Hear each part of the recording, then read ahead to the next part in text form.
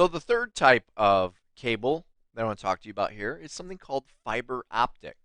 Now, fiber optic cable, one of the significant differences between it and the previous cables is that it uses light pulses instead of electricity to transmit data.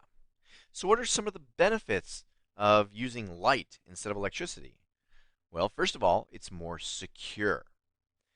Okay, that's one of the primary reasons that fiber optic cable even came into existence is electric copper cable is easily tapped into. Okay, you can steal information from a copper cable. There's really two ways you can do it and do it almost completely undetected. One is you can actually attach what's called, well, there's a lot of different names for this, but like a tapping device where you clip around the cable and you grab hold of the information through the EMI signals basically that are being emitted from the transmission.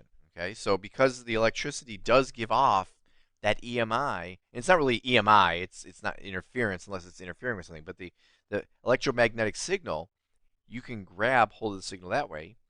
Or another way you could do it is, electricity will travel along any path possible.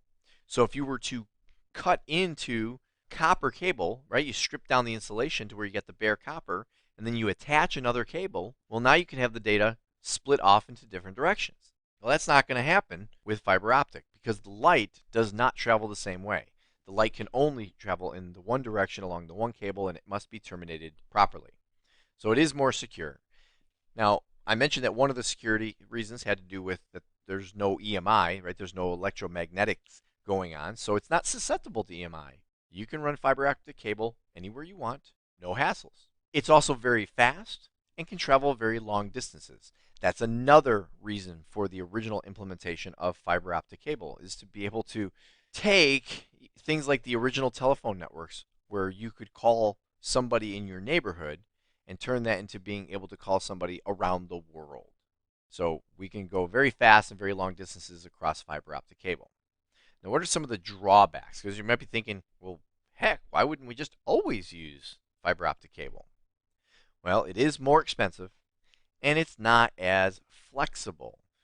Okay, again, copper wire, I mean, you can't completely crimp it, but you can bend it and twist it, and you can do things with it, whereas fiber optic very often needs to be fairly straight or coiled only at a certain degree. It also uses something called an SC, ST, and LC connectors, and we'll look at connectors in just a minute here.